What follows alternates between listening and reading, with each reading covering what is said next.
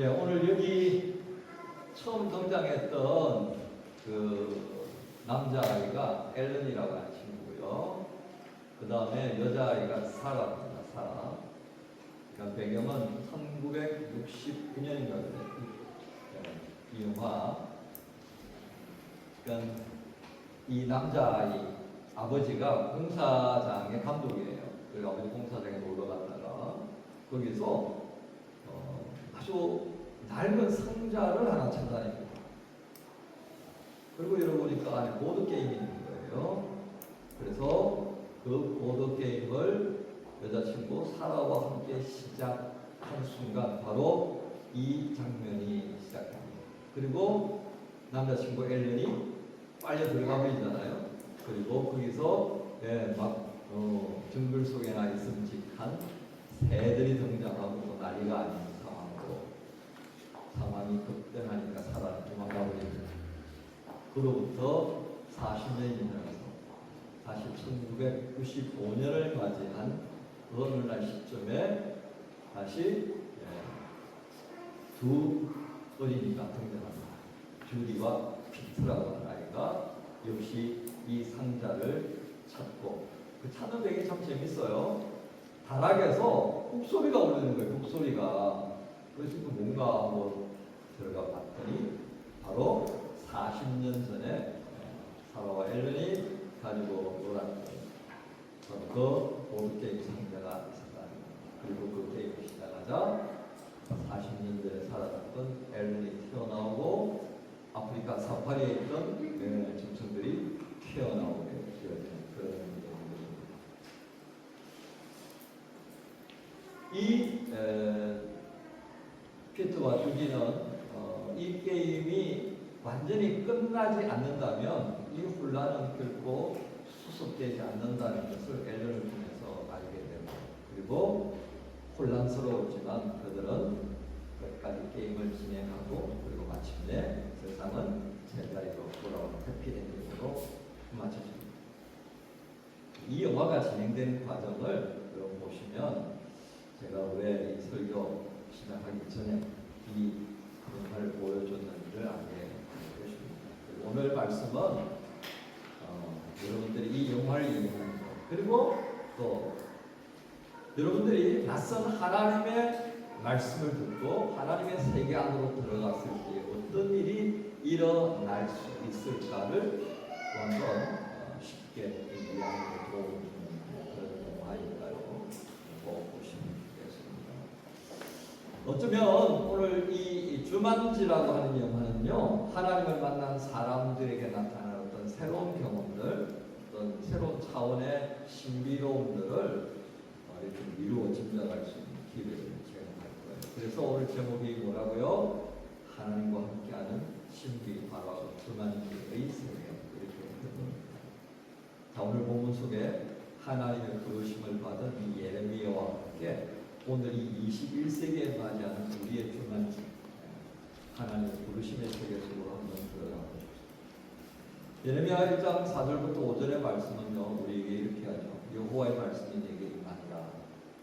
그것은 하나님의 말씀은 새로운 세계를 여는 시작점이다라는 것을 우리에게 보여주는 말씀입니다. 즉 예레미야는 정말 평범한 청년이었습니다.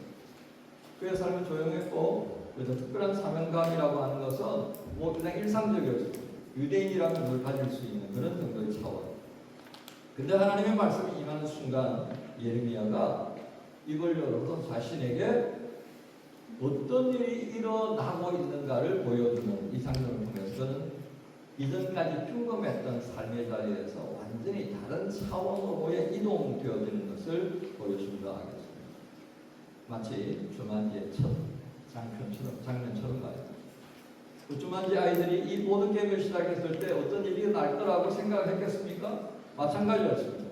예레미야에게도 하나님 말씀이 임하였을 때 그에게 어떠한 일이 일어날 것인가 짐작조차도 못했을 겁니다. 모든 것이 그가 익숙했던 삶의 자리가 아니라 완전히 새로운 장면. 주만지 아이들이 그의 삶의 자리가 정글로 변하는 것처럼 예레미야도 같은 상황을 마주하게 됩니다. 이처럼 하나님의 말씀이 저와 여러분들에게 임하게 되면 우리 모두의 삶도 이와 같이 다르게 바뀝니다. 곧 새로운 삶의 세계로 들어가게 됩니다. 그 예를 우리는 누구에게서 볼 수 있어요? 성경의 사람 사울이라는 청년에게서 보게 됩니다. 다메섹으로 자신의 꿈과 야망을 이루기 위해서 그리고 끝으로 내세운 것은 예수의 무리를 잡아 죽여야 되겠다. 이들을 잡아서 내가 대제사장에게 환심을 사고 나는 그로 인하여서 이 유대 사회에서 굉장한 혜택을 보는 그 기득권 세계로 들어가게 되는 기회로 삼았습니다. 하지만 다메섹에서 그는 결코 상상할 수 없었던 일을 겪습니다. 곧 예수의 모습을 본 겁니다.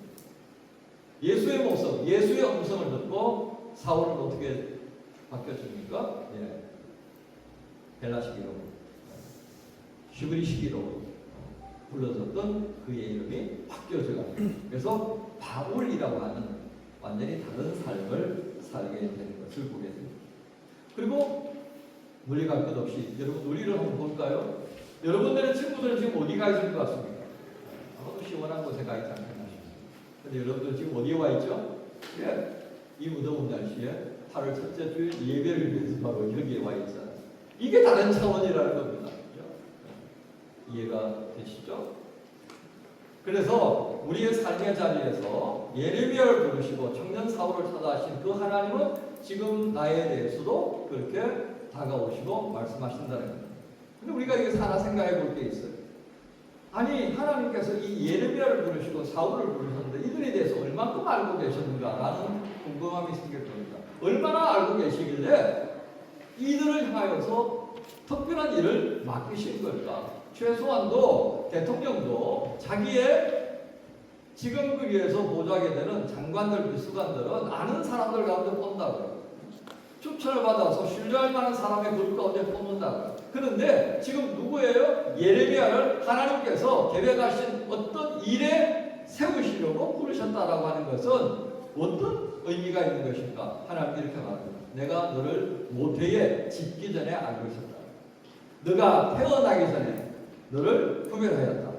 너를 여러 나라의 선지자로 세웠다. 라고 하는 말씀입니다.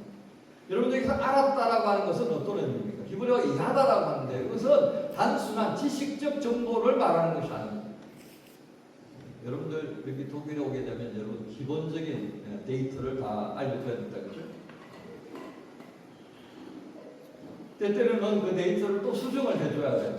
그래야지 별 어려움 없이 살아갈 수 있어요.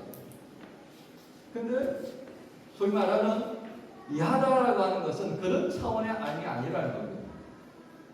하나님께서 말씀하신 내가 너를 안다라고 하는 것은 무엇이에요? 하나님께서 예레미야를 사랑할 만큼 내가 너를 깊이 알고 있다는 거예요.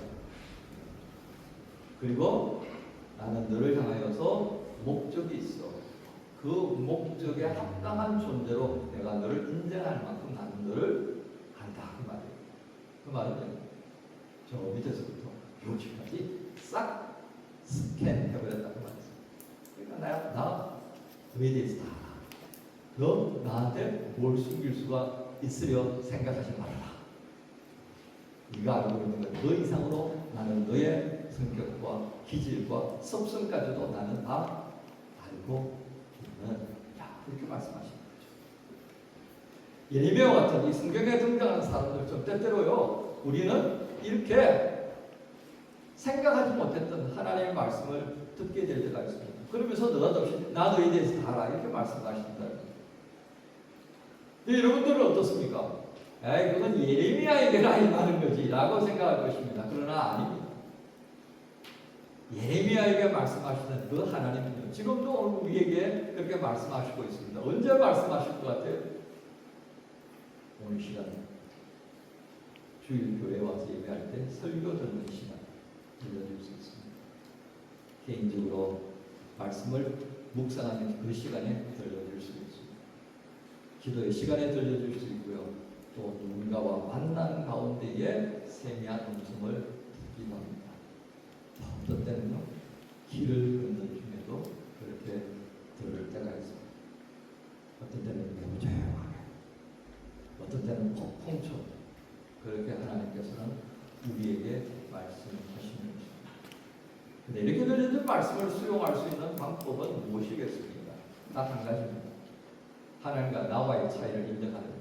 하나님께서 지금 나를 하나님의 신비의 세계 안으로 들어오도록 나를 초대하신다고 하는 그 차원이 다른 하나님이 지금 나를 새로운 삶의 차원으로 들어오도록 부르셨다라고 하는 그것을 안다라는 그거 인정하는 것입니다.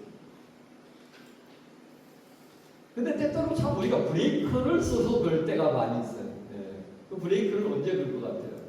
이해가 안 되니까. 그죠? 그 이해 차원을 넘어서게 만드는 것이 바로 하나님이 가지고 계신 신비입니다. 하나님의 신비는 어디에 초점을 맞추어 두었겠습니까? 하나님께서 우리 앞에 가오를 좀 보여주시려고요? 그렇지 않습니다. 세상은요, 뭔가 신비한 것이 있으면 가오를 잡으려고 합니다.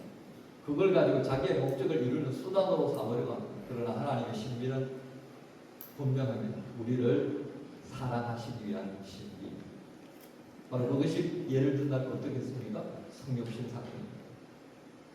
또 하나, 하나님의 신비는 우리를 살아가실 뿐만 아니라 우리를 새로운 삶의 자리로 옮기셔서 우리로 하여금 옛 사람의 습관이 아니라 새 사람의 습관으로 살아갈 수 있도록 만들어 가시는 그런 신비로움을 또한 우리에게 허락하십니다. 우리 이걸 좀 기억할 필요가 있습니다. 사입이다, 이단이다, 이들과는 전혀 다른 하나님의 신비의 모습. 그것은 결국 우리의 유익함을 위해서 하나님이 도구로 사용하시는 것입니다. 다시 본론 돌아갑니다. 주만지 영화에서 주만지의 게임 규칙이 현실을 지배하는 것을 보았을 것입니다. 하나님은 그렇게 우리를 부르시면서 지금까지 우리가 익숙했던 삶의 규칙이 아니라 하나님이 우리에게 허락하시려고 하는, 하나님이 우리에게 새로운 과정으로 들어갈 수 있도록 만들어 가시려고 하는 그런 새로운 삶의 규칙을 허락하십니다. 왜 그럴까요? 세상의 기준이 아니라 하나님의 기준으로 살아가야 하기 때문에 그렇습니다.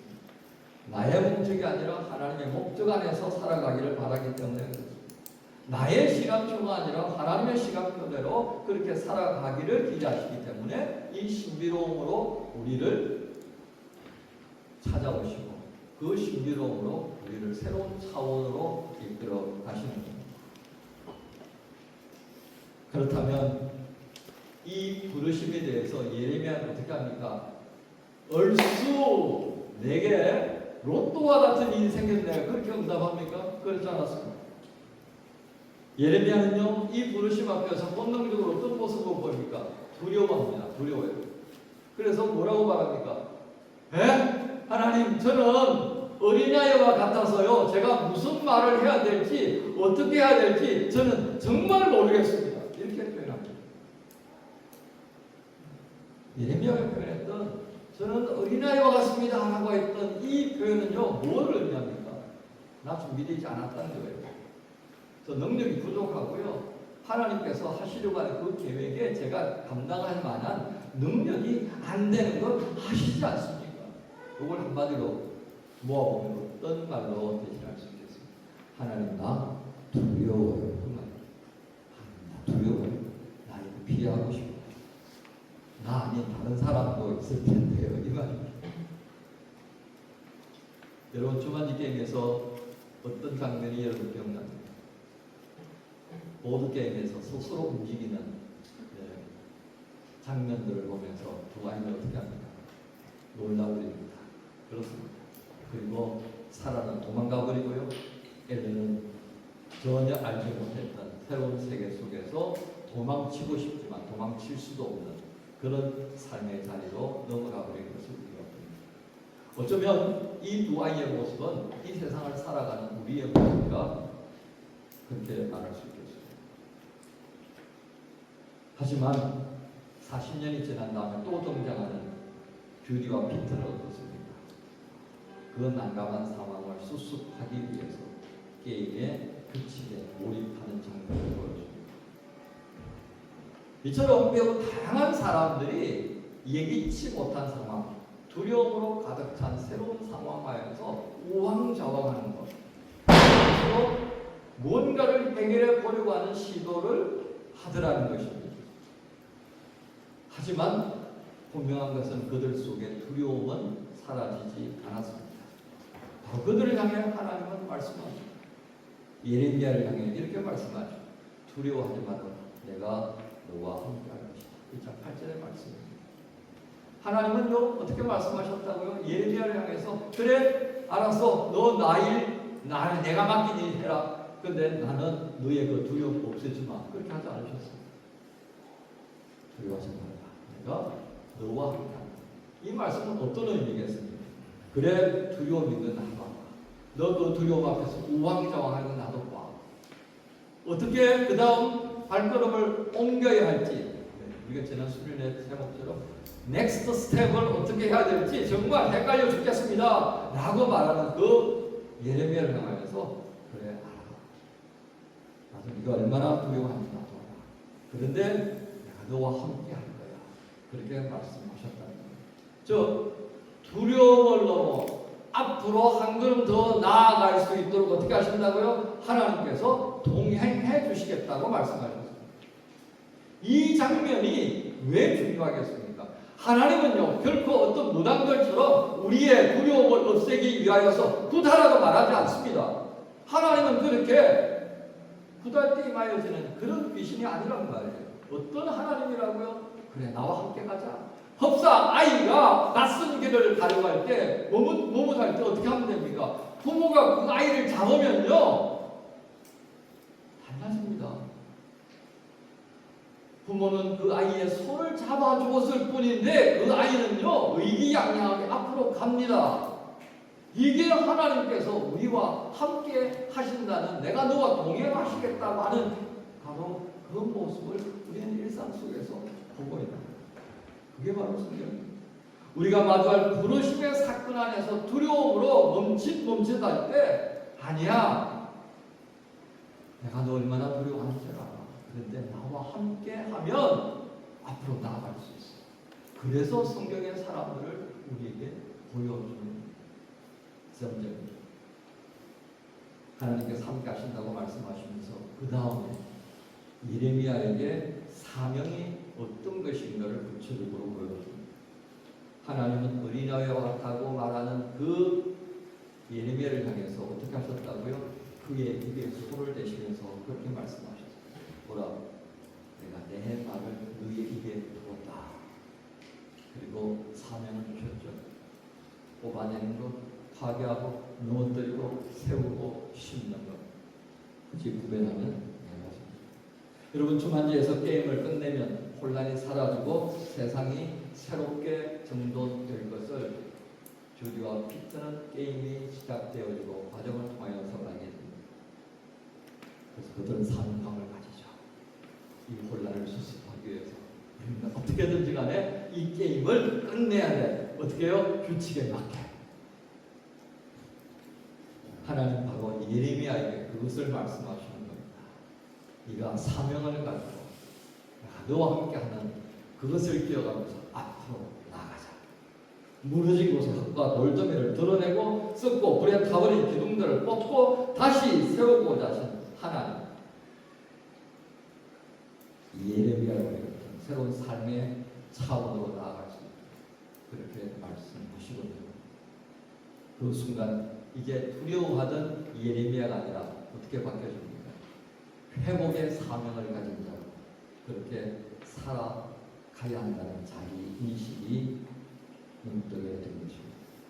여러분 오늘 우리 눈앞에 펼쳐진 이 시대는 어떻습니까? 하나님이 만드신 그 아름다운 창조 세계가 지금 여러분 앞에 어떻게 보여요? 잘 되어지고 있나요? 파괴하지 못해서 안달이 나는 것 같은 세상입니다. 그렇죠? 그런데 하나님은 어떻게 하신다고요? 그런 망가져버려가는, 무너져가는 그 세상 속에서 예레미야처럼 또 하나님의 사랑을 부르시고 세우셔서 창조 세계를 회복시키시고 보존하려고 하시는 그 일을 시작하려고 하신다는 오늘 말씀에 아버님 오늘 말씀의 제목이 뭐라고요? 하나님과 함께하는 신비의 세계로 가자. 여러분, 우리들 앞에는요 수많은 선택지가 놓여 있습니다. A 아니고요, B 안이 있습니다. C 안도 있으면 참 좋겠습니다만은 그렇게 많은 선택지가 있는 것은 또 아닙니다. 법사 많은 선택지가 놓여 있는 것 같기는 하지만 우리가 선택해야 할 것은 뻔합니다. 또 아니면 뭐든지, 그죠? 진로가 그러하고요, 관계, 신앙, 공동체, 미래 방향, 가족, 뭐 이루어야 할 수가 없습니다. 어떤 선택을 하든 그 선택의 문을 여는 순간 우리에게는 지금과는 다른 새로운 세계가 열리는 것을 보면, 중간지에서 아이들이 게임파를 시작할 때 마주했던 것처럼 말입니다. 수많은 선택지 앞에서 매일 고민하는 우리의 모습을 주님이 외면하신다 것입니다. 하나님은 나하고 관계없이 일하신다라고 생각하십니다. 그렇지 않습니다. 매일 선택지 앞에서 고민하는 우리를 향한 하나님의 말씀이 있습니다. 그 말씀에 대해서 여러분, 예, 아멘 한번 해주십시오. 그리고 그 예와 아멘에 따른 몸짓을 한번 시도해 보십시오. 그렇게 말씀하신 하나님 앞에 우리의 몸으로 한 걸음 더 다가서는 순간 우리 앞에는 새로운 현실이 열린다고 하는 것입니다. 예레미야와 청년 사울이 하나님의 말씀을 경험했던 바로 그 순간처럼 우리는 이게 아니었는데 라고 하는 그런 자신의 모습을 보게 될 것입니다. 그러나 반드시 또한 따라오는 것이 있습니다. 두려움, 내게 익숙했던 그 자리를 떠나서 하나님의 나를 부르신 그 자리로 옮기는 순간 영락없이 두려움은 찾아오게 될 것입니다. 그래서 부담되게 고민합니다. 이거 참 부담되는데, 머뭇거리기도 합니다. 야, 이거 발 잘못 내디디면 이거 끝인데, 그죠? 우왕좌왕할 수도 있습니다. 누군가에게 물어봐도 시원한 답이 없습니다. 어떻게 해야 하나 반복되는 질문을 할수록 방향조차 잃어버리게 됩니다. 그런 우리를 향해 하나님 말씀하십니다. 두려워하지 마라. 내가 여러분을 주신 말씀에 제목은 하나님과 함께하는 신비의 세계로 기도합니다. 지난 이 세계가 아이들의 게임판을 펼치는 순간 그렇게 시작되어진 것처럼 예레미야를 부르신 하나님, 그 하나님 앞에 예한 순간 이미 예레미야는 새로운 신비의 세계 속에 들어가 있던 것입니다. 그리고 두려워하지 말라, 내가 너와 함께하리라고 하는 이 말씀을 의지하여 예레미야는 선지자로서의 삶을 감당하게 됩니다. 우리 또한 마찬가지입니다.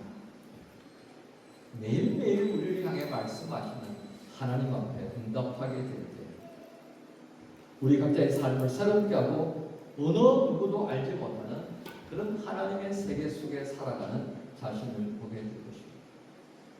분명한 것은 하나님께서 우리를 향해 말씀하실 때 우리 믿음의 분량을 따라 말씀하신다 하는 것입니다. 여러분, 내일의 묵상을 통해, 내일의 기도 시간을 통해, 그렇게 내일의 만남과 나눔을 통해 우리에게 말씀하시는 하나님께 조금 더 진지하게 귀를 기울여야 하지 않겠습니까?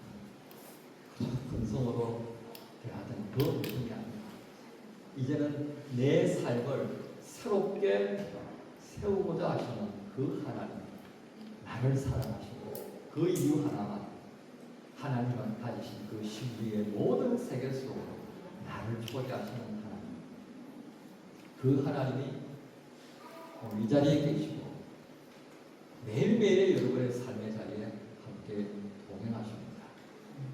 바로 그 하나님 앞에 귀를 기울입시다. 그리고 우리로부터 시작되어지는 그 시간 속에서 우리를 부르시고 함께 동행하시며 새 일을 시작하고자 하시는 주 하나님과 복된 날을 시작하십시다. 새날을 시작하시기 전 여러분 모두를 우리 예수 그리스도 이름으로 축복합니다.